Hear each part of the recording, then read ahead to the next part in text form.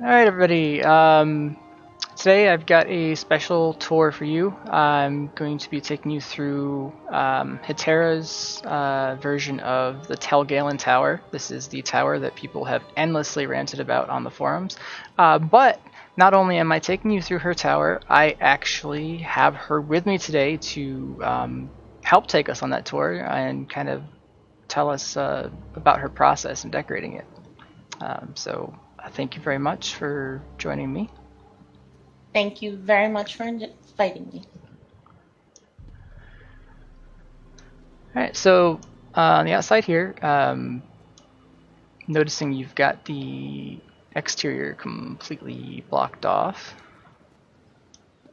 Yeah, my goal was it's like a cave entrance and you're going straight into the grotto. The outside is beautiful and there's like the dock area and it's a gorgeous area to decorate, but because of item limits and because of the fleshy tumors, my goal was to try to turn it into something 100% different than that. Awesome, and I think that's something that a lot of people on the forums are going to appreciate because the fleshy tumors really cause a lot of cancerous debate on the forums. Well put. There's a nice dragon skull at the entrance there. That's one of the new achievement items from the Battlegrounds. And here we are on the inside, and we can see that it's just absolutely gorgeous in here. There's plant life everywhere.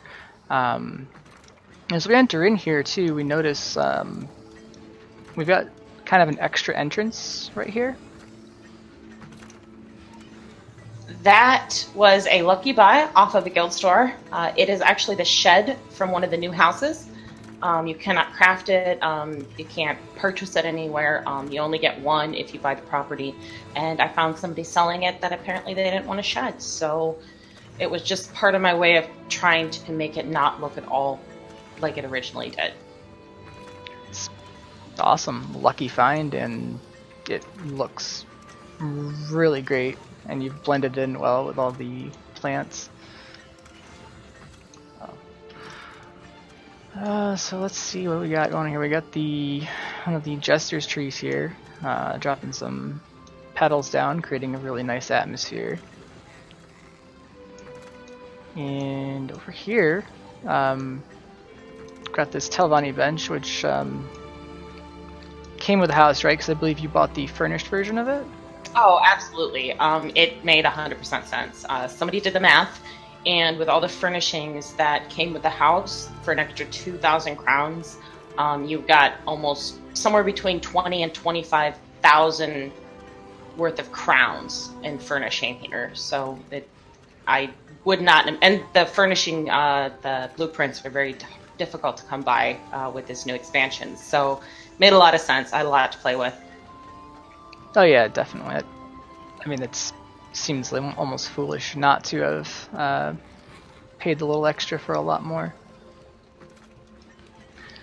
So, and here we've got these circles inlaid into the ground. Do you want to talk more about those? Those are my attempt at inlaid floors. I love inlaid anything. I think it looks classy and gorgeous, and the amount of time and effort it takes in real life to make something like that. And these in particular are actually high elf tea tables, and not inlaid, but also a different way to use things. That arch around the bench is actually the halal canopy bed, like just completely hidden in the ground and in the foliage and stuff, just to make like an arch. Yeah, that's absolutely brilliant. And I think, finding innovative ways to use furnishings is one of the things that can really set a house apart. So we got tables on the floor, we've got a canopy bed that's just being used as an arch. I have a feeling we're going to see a lot more innovation as we progress through your house. Over here we've got a nice little dining sort of pantry kitchen-ish area as well. It's my breakfast nook. There you go, breakfast nook, there we go. That makes sense. Lots of fruit, some bread. beverages, and all of it is out in the open, which could be a concern if you were in a decorating contest. I've heard some judges really hate food just being left out. Yeah. Well, my theory is that as a cannibal Bosnier, I cook my stuff a lot. I've got a very high tolerance for food poisoning. Makes perfect sense to me. Okay, so we'll come around this way. Looking up at the plants as I go, I see we've got these red aloe plants with some stones set in them. Yeah, some of the enchanted lights. I wanted to make it sort of like a forest, like a cave grotto, I guess would be the right term. And I wanted to make the plants look a little bit more magical and enchanted. And so I hope it works. I think it kind of works. A couple angles, it looks a little funky, but I like it. And it adds more light because there's so much green that without adding the different lights and everything, everything just did start to blend together. That was one issue I had with trying to turn this into something different. Yeah, absolutely, it makes a lot of sense, and got a lot of color in your various plants as well, which definitely helps with that. So I noticed on the center portion here, you've definitely got ivy going on, but it looks like you switched to hedges for the exterior. Yeah, I started with just ivy, but it wasn't giving me enough coverage without having to double up a bunch of times. And even with 700 items and blocking off all 3 rooms down here, I still knew that I was going to start getting hit with the item limit. And there's also only 3 kinds of ivy, and you can't really adjust the angles. Like, it's really hard to get the angles with things that are moved, like that are rounded and weird shapes. So plopping down some hedges, it gives you a base to work from, an organic base to work from. That makes perfect sense, really. Alright, so I see we've got a tribute to Hircine and canine life in general over here, which I've noticed, I think in every single one of your houses there's a ton of canines and canine imagery. I really like dogs, like a lot, especially wolf dogs and wolves. So any chance I get to throw those in there and make it work, I do. And what's the beam across over top of the Hircine statue there? That's the other Hircine statue, just turned horizontally and put into the wall. I gave a point of interest. It cut up all that green. And then I put one of the trellises from the first, I think it was the first weekend luxury vendor. I just stuck one up there to give those kind of blood red flowers. Yeah, yep, absolutely. And I believe you're right. I believe that was the very first weekend of the luxury vendor. So that's really cool. And actually, having been in here before, I had not noticed that trellis. So that's really awesome.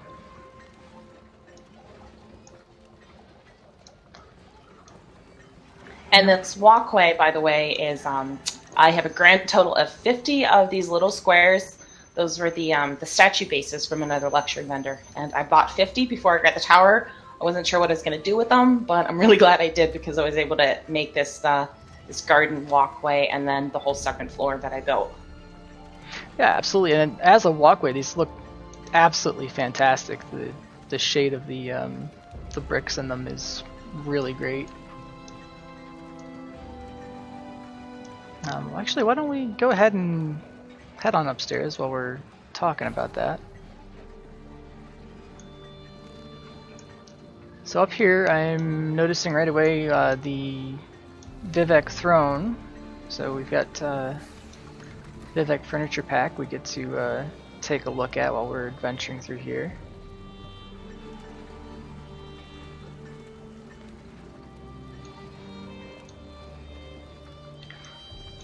And your Vivek bedroom, which appears to be very much the sexy time bedroom in here. Very fancy bed, Yeah. Get the mood lighting in the form of the wedding blossoms, which were also another early luxury vendor item.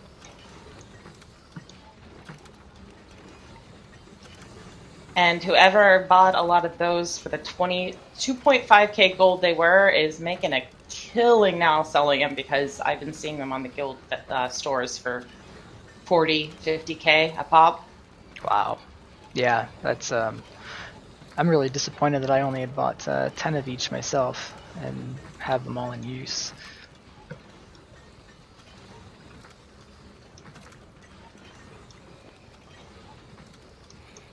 Oh, what do we have going on here with the serpents and with the lantern on them? Those are the serpent statues that you can buy, and Craiglorn achievement item. And I flipped one of the green lanterns from the new recipe. It's probably one that just about everybody has at this point. It's really cheap to craft.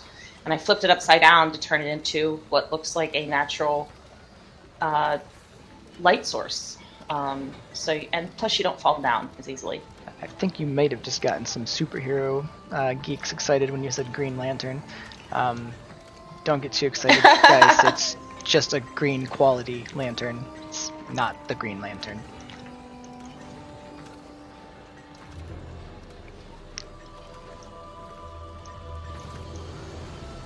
Speaking of green and lit, glowing things, what do we have going on here? Those are the new crystals you can buy in Morrowind from the achievement vendors. The back is insane, like the amount of green light glowing. And it was just, if you look up, I still kept some of the flesh open and the rocks, and I just wanted to make it look really organic, really different. Because the space is so small, I was really trying to give visual cues to look at different places. Yeah, absolutely. And I think your visual cues have really worked wonders. I feel like the space feels much larger than it is, even when in reality you have closed it off and actually tightened it up.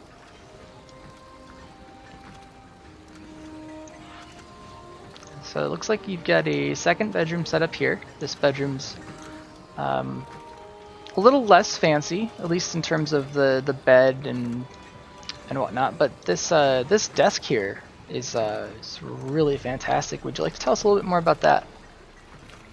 It's 4 of the new tables in 3 different sizes, and because I don't have a lot of space, so I wanted to use the tables, but if you try to use them in the little space, it doesn't work. So I stacked them up, and then I put 2 of the Redguard lanterns to give light inside, and I had to set it up so that the items, because they would pop out of the top, so I set it up so you can't see that, and hopefully it looks like it should be there. It absolutely does. Like, I honestly, before getting the inside scoop from you, I thought that this desk was actually like a single piece. Like, it looks 100% believable. The only part that I definitely knew were added was the lights. Aside from that, it looks wonderful. And I'm noticing an opportunity here. We can spoil the location of a couple things that are actually sitting on this desk. I'm seeing 3 different items, I think, that are coming from a certain type of NPC. Yeah, but the incense stick, the incense holder, and then the one urn, correct? Yes, yeah, the purple jar there, and yep, the incense holder and the incense stick. All 3 of those items, or the recipes, well, the incense stick itself, not its recipe, as far as I know, its recipe does not exist, but the recipe for the jar and the incense holder, all of that stuff, that can be found on pilgrims as well as priests. Personally, I've had a lot more luck with the pilgrims. They're a lot easier to find. But priests definitely share the same loot table. So if you're looking for any of that stuff, you want to know where to find the recipes, or in the case of the incense stick itself, go kill yourself some pilgrims and priests. But pick their pockets at least twice before you kill them, otherwise you're not really going to get it. Which is ironic because they're loaded, and pilgrims are supposed to vow poverty, I believe. So, irony. Yes. Because in addition to these three things, I have confirmed 6 other items specific to pilgrims and priests. So there are a lot of goodies to be had from pilgrims and priests. If you haven't already been pillaging your pilgrims and pilfering from priests, you might want to start doing that now. That was good. Did you just come up with that, or were you planning on using that? No, I came up with it on the fly like a week ago, and I've used it a couple times since then, but I was making sure I was going to use it here. It works. It works.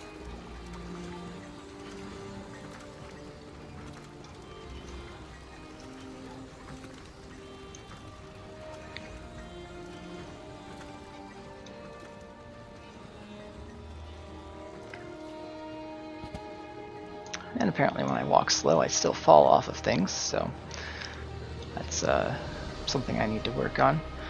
So we've got a really nice display of kind of glowing plants going here with the wedding blossoms in the back. We've got the glow bushes in the middle, and then the glow bushes are actually kind of projecting their glow onto the fronds of these bat plants here. I think that's just a really, really brilliant job you did setting up those plants. Well, thank you. And then I got my little Dark Brotherhood alcove in here. This is probably one of the most beautiful items they've added in game so far, hands down. I absolutely have to agree. And you've enhanced the kind of natural redness of that stained glass with the Crimson Moonshard, I believe it is, right? Yes, the one that comes from the dailies. Yeah.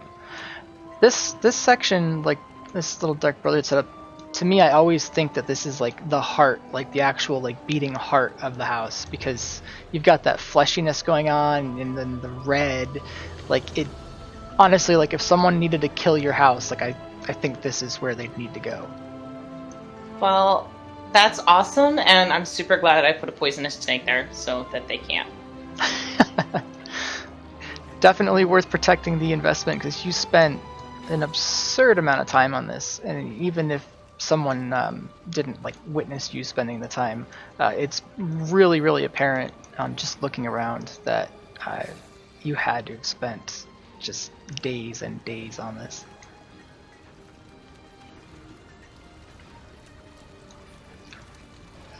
So it looks like we got the statue of Clavicus and Barbas here, but I think more interesting is what's going on here with this fire pit sort of thing you've got set up here on the floor. You want to tell us what that is? That is another one of the new items that you can only get if you've bought one of the new properties. It didn't come with this property, but it comes with the ones that are still available. And it is the well. And I'm actually quite impressed with ZOS, because lately the newer items they've been adding are not invisible upside down. If you look at all the old stuff, they just vanish and you fall through them on the bottom. But this is the bottom of that well, and you can flip it upside down and turn it into probably the best fire pit in the game. Just throw about any brazier in it and you've got a gorgeous fire pit. That's absolutely brilliant. I have to honestly say that I don't usually think to look at the bottoms and backsides of items, but having seen you use that to such great effect here and in other properties, that would probably be like my number one tip to someone trying to really set their house apart, is to look at the back and or bottom of items and see if you can use that. Yeah, this well does not have collision at the bottom. I used it in the water at one of my places. So if you do want it not set directly into the ground, you're going to have to add something underneath it to give it a base, or you fall through it. But at least visually, they did actually put time into making it look super cool. Yeah, absolutely. Let's see, so looks like we have a meeting area. What do we call this right here? Yeah, if you just want to, get your people together and sing or read them the Cliffstrider song over here. I got a cheese platter, cheese cutter, and people can just, shoot the shit.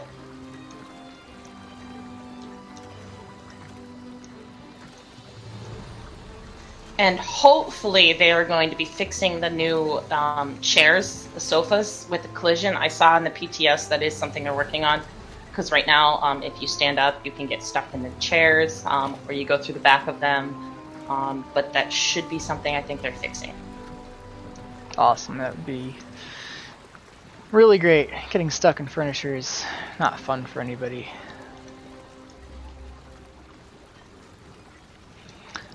And so we've got this fountain here, which we're only seeing half of, and it looks like it's got a lot of stuff added to it. You want to talk about what you did with this here?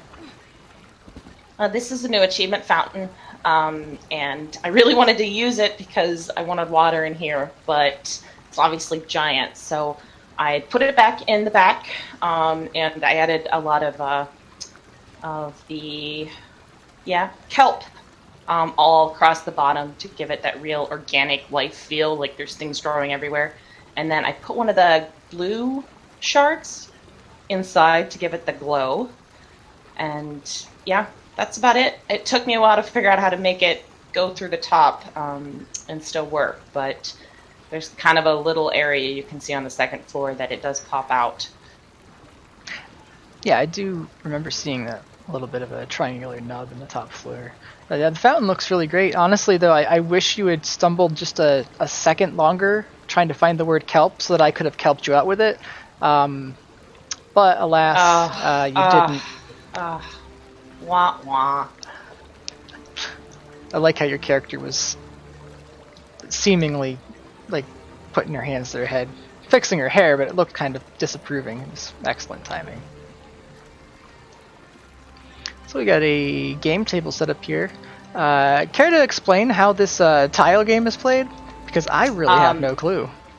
Yeah, I think you said that even if it does as actually a game, it looks like a really boring game. I got nothing. I've tried to puzzle over how it might work, but yeah, that's beyond me. Yeah, it looks extremely simple and boring. I think the first time, because we are actually re-recording this video. 2 weeks ago we sat down to try to do this, and I somehow bugged my own audio.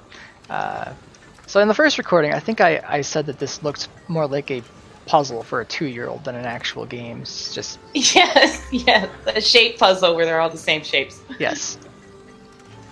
It's basic intelligence test. And that doesn't surprise me with Dark Elves. No, indeed, it does not. So over here, you've got this really cool 3-layered fountain. Care to tell us where we can get that? Those are mirrors. There's very few opportunities to add water to... I mean, I'm glad that they are listening. They've added this fountain with Morrowind. They just added the Dwarven fountain, which is gorgeous. But before that, there really was no option to add water to the game. So I took a few mirrors and I turned them horizontal and just put some bricks around them, and it kind of looks like water if you don't look too close. And I really like it. It looks super organic to me.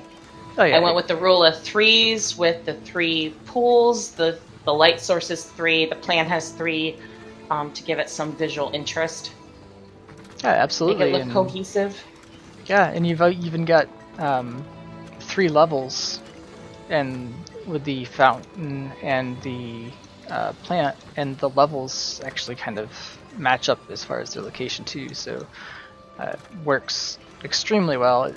Absolutely brilliant. Just another situation where you have shown just an amazing ability for innovation, and you've just got a really great eye for decorative things, and it's amazing. Like I think anybody who's seeing this right now is going to absolutely agree that you're just brilliant. Well, thank you. And if anybody knows where you can get more of those plants right there, that pulsing fleshy thing, please let me know, because I really want more than one. One came with the house, but I would like many.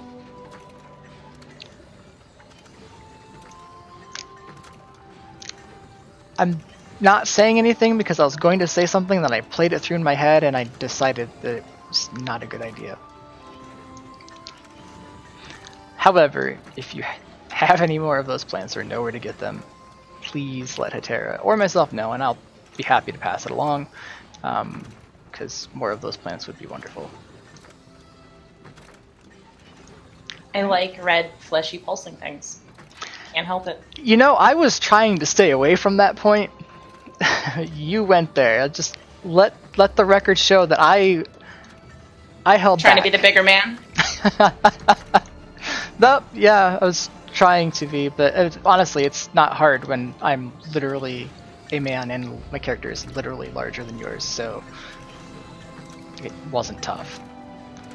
Hey now. So we got a lot of actually kind of interesting things going here in your teleporting pad.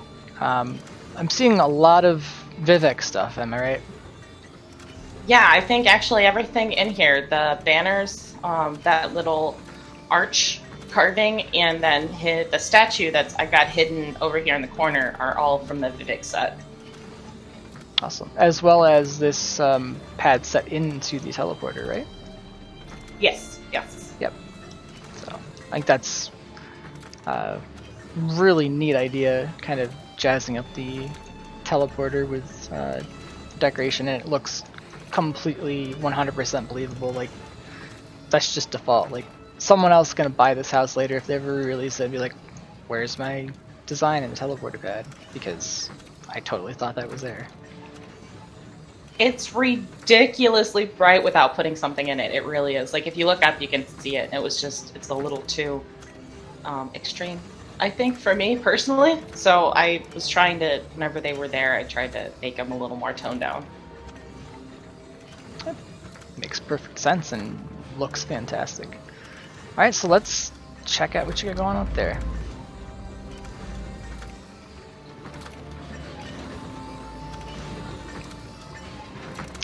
Alright, so this is very clearly a Dwemer workshop.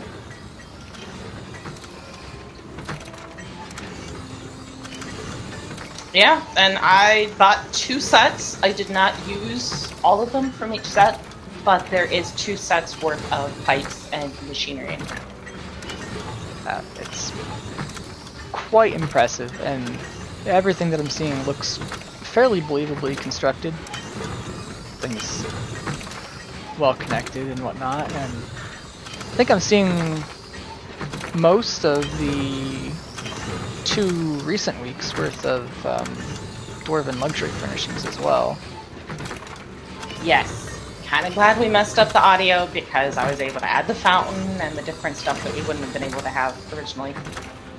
True, and the spider's got a glowing gem now instead of just a plain other gem.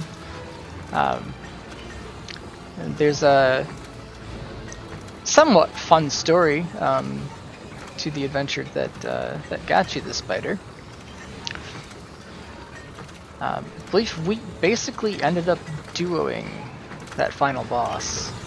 And I only went through like 45 soul gems. Yes, only.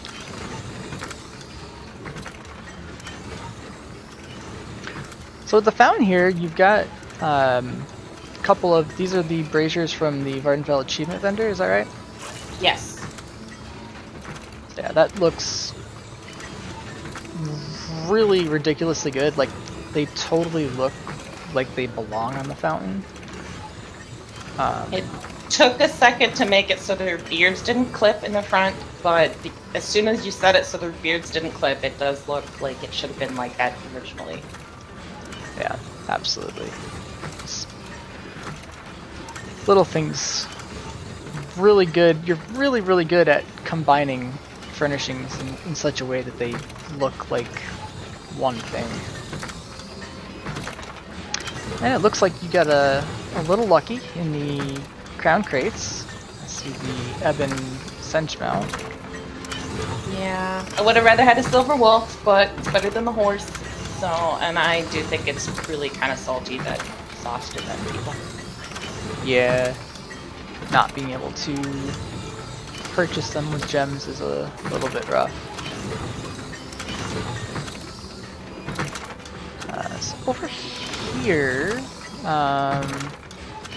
we've got this soul gem crate, nicely stuffed with pipes and things. It's a really nice touch. It looks like you've got everything set in there extremely believably, which I'm guessing took a bit of care. A bit, and I'm glad things don't slip through the floor here because a lot of those pipes go all the way down. So, but no, it works really well. If you ever want something to put your extra dwarven shit in, buy a crown crate. Because it looks like it should have always been in there filled with dwarven stuff. Yeah, absolutely. And what do we have going on with this red clothy grated thing? That is a Breton bed. That's the canopy part of it. I needed that pop of color, and I sort of put it in the wall originally to get it out of the way because I had no inventory space, and I realized that it looks kind of amazing like that, because this is my little workshop here, so I love the way that it works. It looks different. It absolutely does, and I think it ends up being just the right amount of color in this direction. It draws us over to the main workstation, and that's just a perfect accent for the room in my opinion. And the fact that you did it mostly on accident is especially amazing.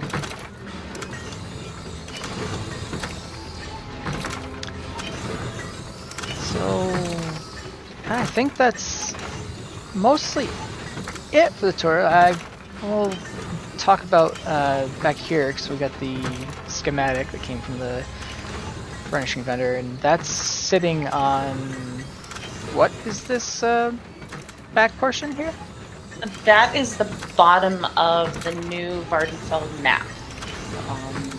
Obviously, there's nowhere in my place I could put that huge thing, but it did. I put it there because it kind of really cut off the excessive amount of fleshiness. Couldn't hide it all here, but I love the way it looks. Flipping it upside down, putting it in the ground in different houses and stuff, it makes a really cool base. Yeah, absolutely, and that's just another example and reason for people to flip things over, turn them backwards. Take a good look at your furnishings. You might be surprised at what you find. And I think that's basically it as far as the tour, visually speaking. Is there anything else you'd like to mention about your house or decorating in general? No. Besides the fact that I would really like them to up the drop weight for blueprints because it's so bad right now on getting the new stuff. It really is. It's a grind. How about item limits though? We should probably talk about item limits. So this house, you've cut off essentially the entire outdoors, which is a fairly sizable space, especially when you consider the vertical space of the tower. You've cut off 3 rooms at the base. So realistically, space-wise, you're using maybe, probably, generously speaking, 40% of the space. And you've got 700 items more or less in here? Yes. 697 items. Holding out. I'm really sure that 3 of my items vanished. I don't know where they went. But then I decided that I'm going to hold out for those 3 items for luxury vendors or something. I don't know. But yeah, it's at the end of the day, it's pretty much 3 rooms. There's this area, there's the base, and then there's the second floor I built. And that is 700 items. And you said 40% because you're being generous. There's no way I use that much space. Personally, I think I probably use maybe 20% of the available space. Yeah, I absolutely believe that. And my place is full. I mean, I give it that. I have the little knickknacks. I have a lot of things, but it's not excessively crowded. I could put 100 more small items to make it more livable just in this space without it looking ridiculous. And then you consider the fact that I had to not use most of it. It's dumb. And we loaded them just fine, so that's not a valid excuse.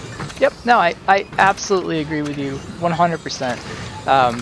And I think how good this house looks with 700 items crammed into such a small portion of the space speaks so much to like how much they need to up the item limit, and in my opinion, they also need to get rid of double items as a subscriber perk. They just need to give everybody the same high item limit.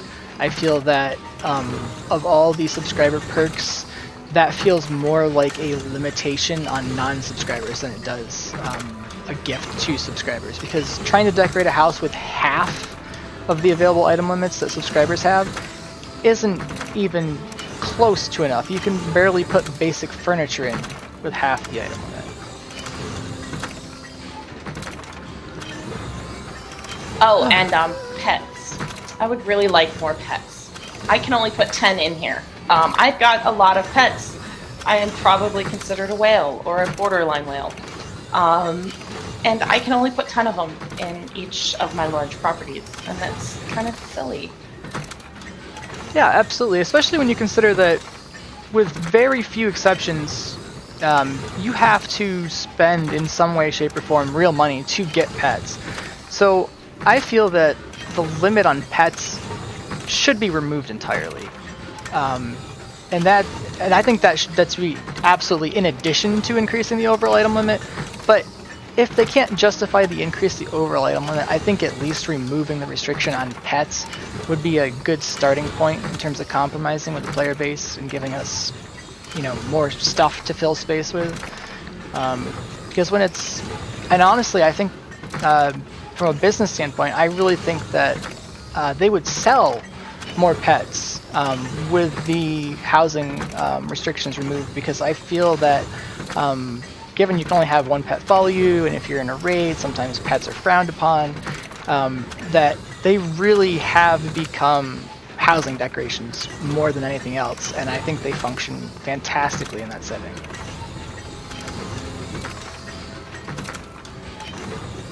Although I would like to summon all my little wolf puppies to follow me around in the world.